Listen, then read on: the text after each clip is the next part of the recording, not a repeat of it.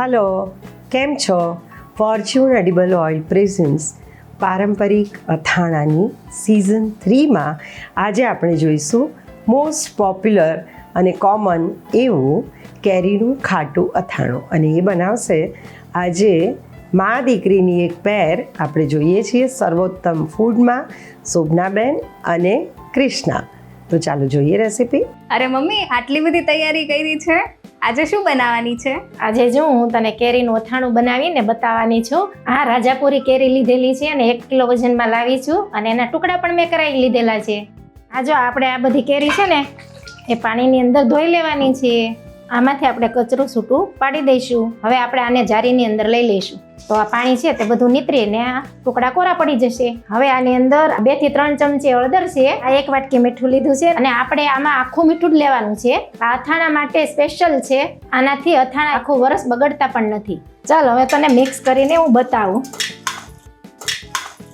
આવી રીતે કરી દઈએ ને તો એકવો ચીરો છે ને કોરી નહીં રહે, અને બરાબર મીઠું અને હળદર છે તે ભળી જશે.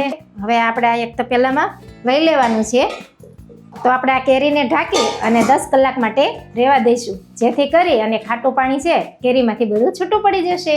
Okay mummy. જો આ કેરીના ચીરિયામાંથી પાણી છૂટું પડી ગયું છે. હવે આને નિતારીને આપણે બહાર કોરા કરવા મૂકી દઈશું, અને આ પાણી છે તે આપણે નિતારવાનું છે. જો પાણી નીતરી ગયું છે તો કોટનના કપડા ઉપર આવી રીતે આપણે ચીરિયાને ગોઠવી દઈશું. અને ઘરમાં જ સુકવવાના મમ્મી કે અગાસી ઉપર?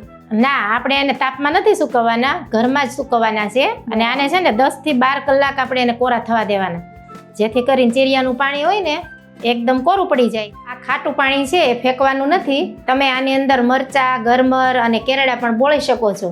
હવે આપણે વઘાર કરીશું. તેમના માટે લઈશું ફોર્ચ્યુનનું સિંગ તેલ. હવે લઈશું 250 ગ્રામ મેથીના કુરિયા. આવી રીતના બધા કુરિયાને ગોઠવીએ ને તો એક સરખા સતળાઈ જાય. 2 ચમચી રાઈના કુરિયા લઈશું. હવે 1 ચમચી હિંગ લઈશું, તેમાં થોડા લવિંગ વેરીશું, અને ફરતું થોડું 1 ચમચી કરીને મીઠું નાખીશું. હવે બધા મસાલા ઉપર આપણે ફૂલ ગરમ થઈ ગયેલું તેલ છે તે રેડી દઈએ, અને તરત ઉપરથી ઢાંકી દેવાનું. હવે થોડું તેલ પાછું આપણે આની અંદર એડ કરીશું. જો અથાણાનો સંભાર છે તે ઠરી ગયો છે, તો હવે આમાં મસાલા કરીશું. હવે 1 ચમચી હળદર આપણે એમાં એડ કરવાની છે. 2 થી 3 ચમચા આપણે કાશ્મીરી લાલ મરચું નાખ્યું છે, એનાથી કલર પણ સારો આવે અને તીખાશ પણ જળવાઈ રહેશે. 1 ચમચી વરિયાળી આપણે આ થોડી ખાંડી લીધેલી છે તે એડ કરીશું. 1 ચમચી વધકચરી ખાંડેલી મરી લીધી છે, તો એ પણ આપણે એડ કરીશું. આ સૂકી ખારેક હતી, એને મેં 2 કલાક ખાટા પાણીમાં પલાળીને રાખેલી. આ અથાણામાં નાખીએ ને તો ખૂબ ટેસ્ટ સરસ આવે છે. હવે આપણો આ સંભાર છે અથાણા માટે રેડી છે. હવે આપણે 10 કલાક પછી જોઈ શકો છો આ કેરીના ચીરિયા છે એક સુકાઈ ગયા છે, અને પાણી પણ નથી આવતું, એટલે એકદમ પરફેક્ટ કોરા થઈ ગયેલા છે.